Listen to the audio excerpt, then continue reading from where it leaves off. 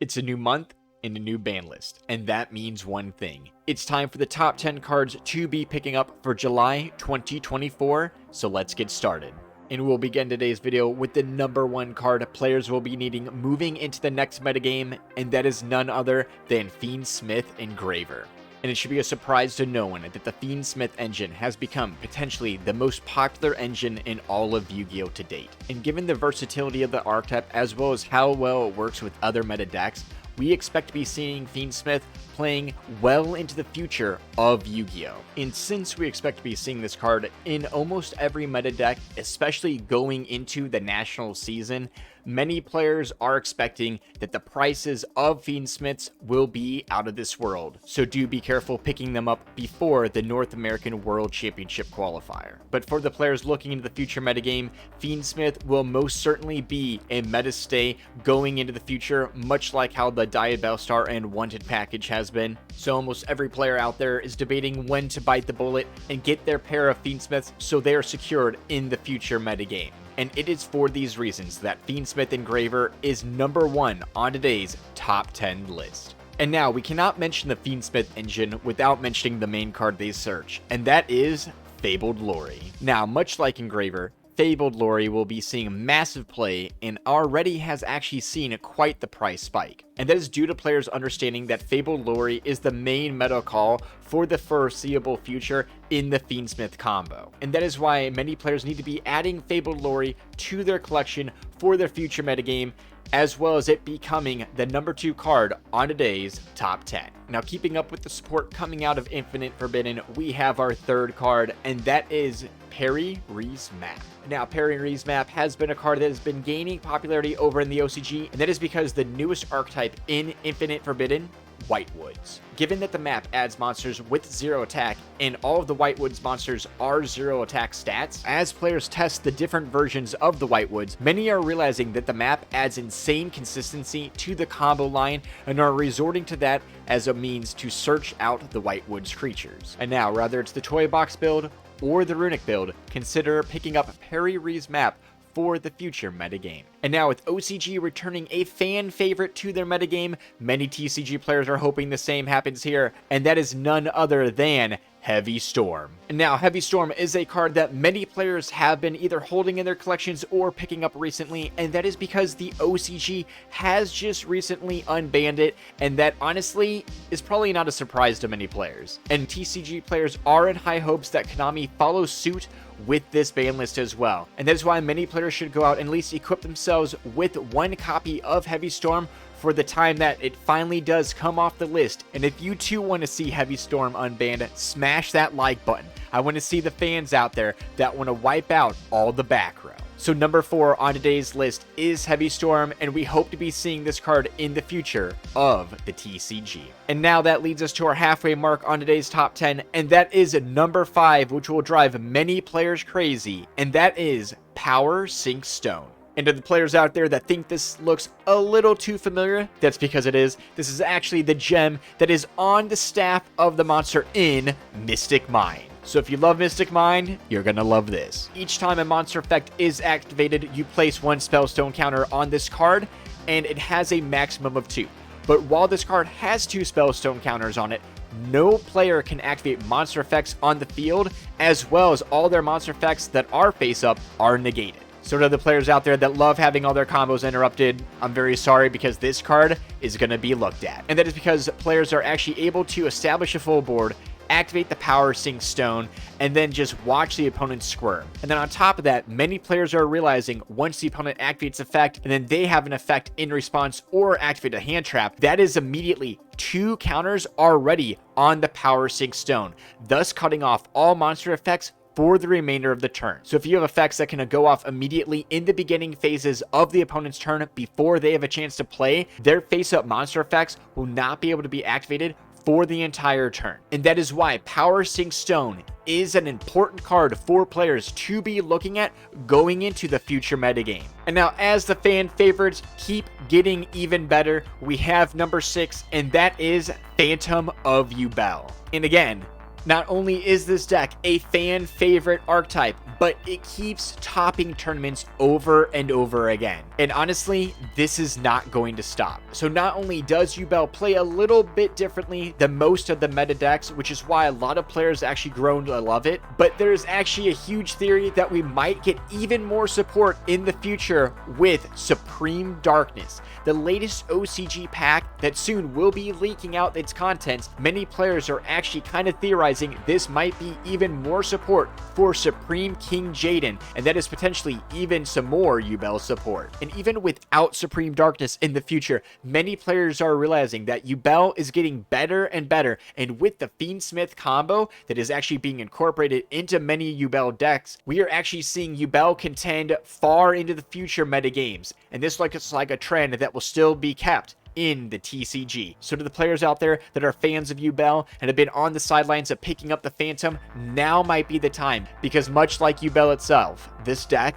isn't going anywhere. And now number 7 on today's top 10 is an old staple coming back to the new metagame, and that is Lightning Storm. And now cards like Lightning Storm as well as Raigeki will be seeing an increase in play because board breakers are becoming more reliable than the hand traps. And then that is because players are realizing they're kind of relying on having the perfect hand trap for the perfect scenario, and all these future meta decks are doing so much that unless you have the perfect hand traps in the right areas, and even if you do play the cards perfectly, a lot of these combos do go out of control. So many decks, especially decks like Tenpai that were utilizing all sorts of hand traps, they're realizing that board breakers, especially in the side deck, sometimes go a little bit farther than multiple hand traps. One well-placed Raigeki, one great Lightning Storm, or even an evenly match will completely eradicate an enemy board, putting you into the position to fully dedicate with your combo line, or in some cases, even go for game in decks like Tenpai. And then on top of that, with no Baron or Savage Dragon in the game, it is big pluses going second with cards like Lightning Storm. And that is why we're seeing many decks, even in the OCG, starting to utilize multiple copies of these cards to make sure that on their following turn, when they go second, they're able to wipe the opponent's board clean, and in many cases, this is the nail in the coffin for many combo decks. And it's for these reasons we're bringing up Lightning Storm as well as Raigeki in today's top 10 list. And then following suit with cards that just keep getting better and better for going second, we have Nibiru, the Primal Being. And now with many decks spamming monsters, Nibiru is an essential in the future metagame, and is also potentially the #1 sided card in the OCG at the moment. Not only is it the perfect card to be opening up with when your opponent is going into full combo mode, but with the up and coming Molt Chumming Perulia, you can actually draw into your Nibiru, thus being able to utilize it to even greater lengths in the future metagame. And we've seen time and time again, many decks that can't just crank out an Appaloosa will fall victim to the Primal Being's effect, wiping off the opponent's board, and then going into the Infinite Forbidden format. This is not going to change. As mentioned before, it is an essential in the future metagame and potentially the #1 sided card in the OCG as of now, making it a perfect contender for today's top 10 cards to be picking up for July. And now number 9 on today's list is a card gaining in popularity, and it will go to new heights, and that is Crossout Designator. And now, we've seen an increase in playability for Crossout Designator, with kind of the formats going down to 1 or 2 decks, and this is only going to be seeing more play in the future, given that most decks are actually utilizing the Fiend Smith combo line, as well as similar hand traps or board breakers. We're seeing that players are starting to equip their deck with Crossout Designator, whether it's to defend themselves against the Nibiru, against the Molt Chummy, or other more dangerous threats. The Crossout Designator is becoming a staple in many players' mains as well as side decks. And this increase in play will not slow down going into the future metagame, especially with it being still unlimited in the TCG. And now, number 10 is quite the banger and will throw a wrench in the future metagames, and that is Kokimero Drago.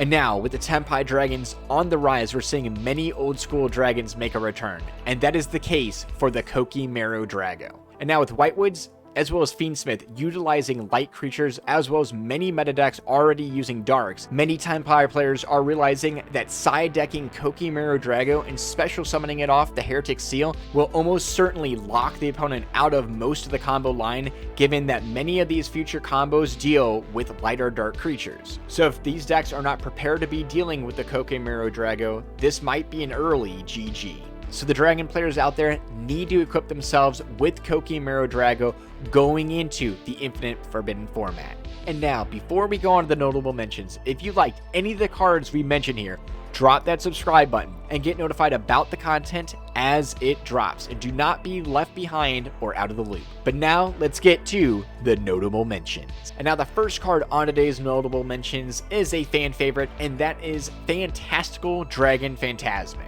Not only is this card great versus the Fiendsmith matchup because of all the links that they use, but this card is also great against Snake Eye decks as well as Yubel because of the Fiendsmith engine or even the Unchained. So we're seeing many players side decking Fantastical Dragon Phantasmic while going against these Link variant decks in hopes that they can gain a little bit of a hand refresh as well as protection against many of the Link boss monsters. Next on the notable mentions is a card many players want out of the format, and that is Dimensional Barrier. Dimensional Barrier being able to hinder many of the meta decks like Tenpai, Yubel, or even decks like Branded or Gimmick Puppet.